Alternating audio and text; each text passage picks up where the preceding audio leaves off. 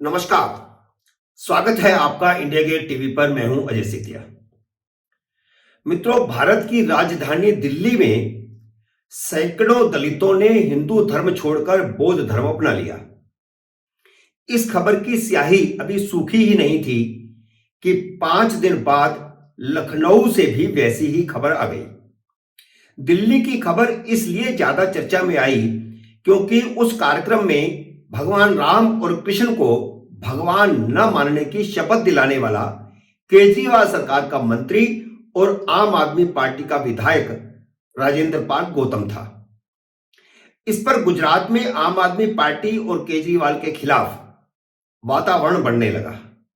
केजरीवाल जब वहां गए तो उनके खिलाफ पोस्टर लगे, तो गुस्से में तमतमाए केजरीवाल ने राजेंद्र गौतम से इस्तीफा ले लिया क्योंकि केजरीवाल की छवि एंटी हिंदू की बन गई थी।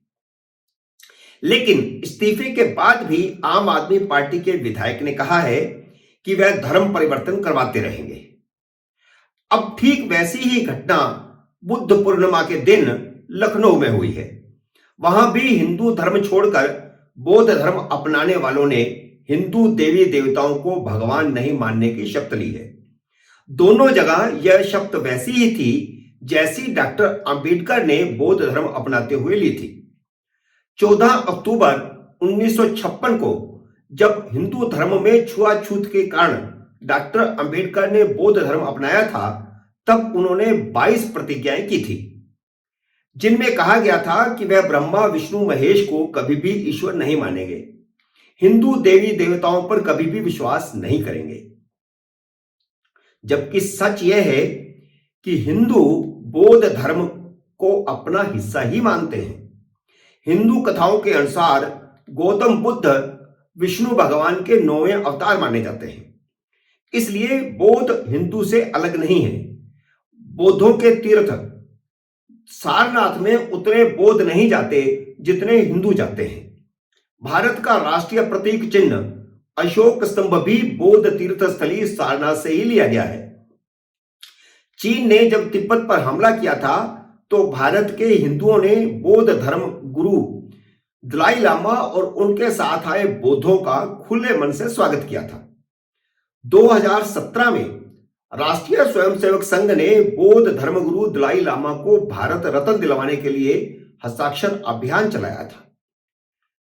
पिछले साल आरएसएस प्रमुख मोहन भागवत ने दलाई लामा से मुलाकात करके उन्हें गणेश की प्रतिमा भेंट की थी।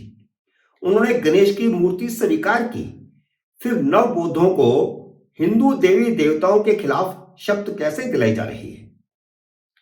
मोहन भागवत और दलाई लामा की इस मुलाकात में मोहन भागवत ने कहा था कि भारत धार्मिक सद्भाव पर विश्व भर में सर्वोत्तम मॉडल है। जितने भी पड़ोसी देश हैं वह हमारे भाई हैं और तिब्बत हमारा भाई देश है। तिब्बत को देश कहा मोहन भागवत ने, इसलिए हम तिब्बत समुदाय के हर सुख दुख में साथ रहे हैं और आगे भी रहेंगे, यह मोहन भागवत ने दलाई लामा से कहा। डॉक्टर अंबेडकर ने जब बौद्ध धर्म अपनाया था तो हिंदू देवी देवताओं के खिलाफ उनका गुस्सा उस समय दलितों के खिलाफ छुआछूत और ऊंची जातियों के प्रभुत्व वाली कांग्रेस के कारण था। कांग्रेस के सर्वे सर्वा पंडित जवाहरलाल नेहरू ने डॉक्टर अंबेडकर को प्रतिष्ठा का सवाल बना करके 1952 के चुनाव में हरवाया था। जहां तक हिंदुओं में छुआछूत का सवाल है तो आजादी के बाद पिछले 75 सालों में इसमें काफी गिरावट आई है, बड़ी गिरावट आई है। आरएसएस ने भी इसमें बेहतरीन भूमिका निभाई है। अनेक हिंदू संगठनों ने इसमें भूमिका निभाई है। अनेक सामाजिक कार्यकर्ताओं ने इसमें भूमिका निभाई है। विजयदशमी के अवसर पर आरएसएस प्रमुख मोहन भागवत ने इस साल के अपने वार्षिक भाषण में भी हिंदुओं से छुआछूत पूरी तरह खत्म करने का आग्रह किया है। डॉक्टर अंबेडकर ने छुआछूत को मुद्दा बनाकर बौद्ध को सनातन हिंदू धर्म से अलग बना दिया था, जबकि हिंदू धर्म बौद्धों को अपना हिस्सा ही मानता रहा है। हालांकि हिंदू समाज में अब छुआछूत की घटनाएं भी इक्का दुक्का ही होती हैं। फिर क्या कारण है कि इतनी बड़ी तादाद में दलित अभी भी बौद्ध धर्म अपना रहे हैं? दिल्ली में भगवा रंग के कपड़े पहने जो राजरत्न अंबेडकर शपथ दिला रहे थे वह बाबा साहब भीमराव अंबेडकर के परिवार से ही संबंध रखते हैं। राजरत्न 2014 में महाराष्ट्र की नांदेड़ सीट से लोकसभा का चुनाव हारे थे। यह चुनाव उन्होंने बहुजन मुक्ति पार्टी नाम के एक राजनीतिक दल के टिकट पर लड़ा था। यह बहुजन मुक्ति पार्टी क्या है, इस संबंध में मैं आपको विस्तार से बताता हूं। बहुजन मुक्ति पार्टी ने 2014 में ही एक मुस्लिम अधिवेशन का आयोजन किया था, जिसमें जमीयत इस्लामी हिंद और मूल निवासी मुस्लिम मंच नाम के दो मुस्लिम संगठन शामिल हुए थे। जमीयत का प्रतिबंधित आतंकवादी संगठन सिमी से नाता जग जाहिर है, जबकि मूल निवासी मुस्लिम मंच ने भी कई बार सिमी पर से प्रतिबंध हटाने की वकालत की थी। अब आपको दूसरा उदाहरण देता हूं। 2017 में एल्गार परिषद नाम से पुणे में एक सार्वजनिक सभा का आयोजन किया गया था। भीमा कोरेगांव युद्ध की 200वीं सालगिरह पर आयोजित इस सभा के बाद वहां दंगे भड़क गए थे। एनआईए की छानबीन में इस सभा के पीछे प्रतिबंधित माओवादी संगठनों का हाथ सामने आया।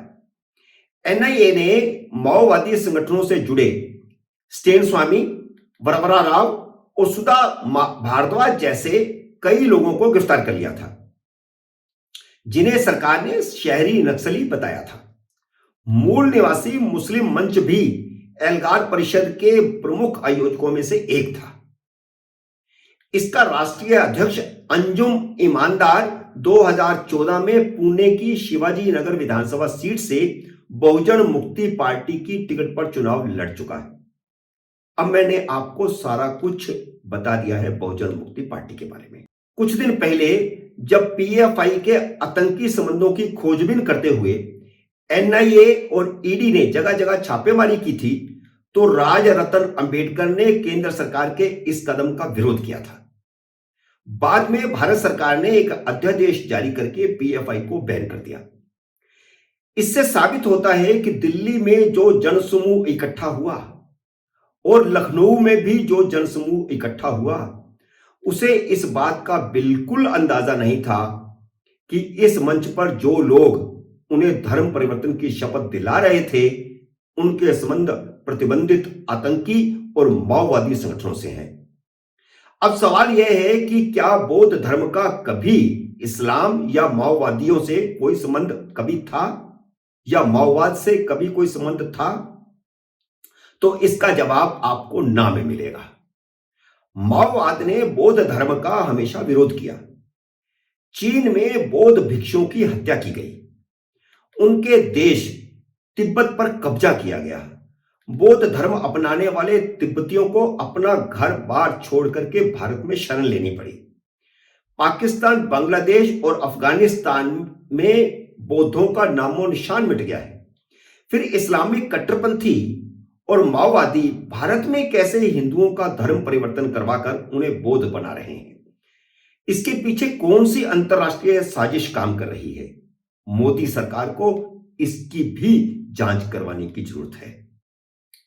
मित्रों, उम्मीद है मेरा यह वीडियो आपको पसंद आया होगा। इसे लाइक करिए, शेयर कीजिए, और अगर आपने मेरे YouTube चैनल को सब्सक्राइब नहीं किया तो कृपया सब्सक्राइब कीजिए और घंटी का बटन भी दबाइए, ताकि जैसे ही मेरा नया वीडियो आए आपको सूचना आए। मेरे नए वीडियो का करिए इंतजार। तब तक नमस्कार।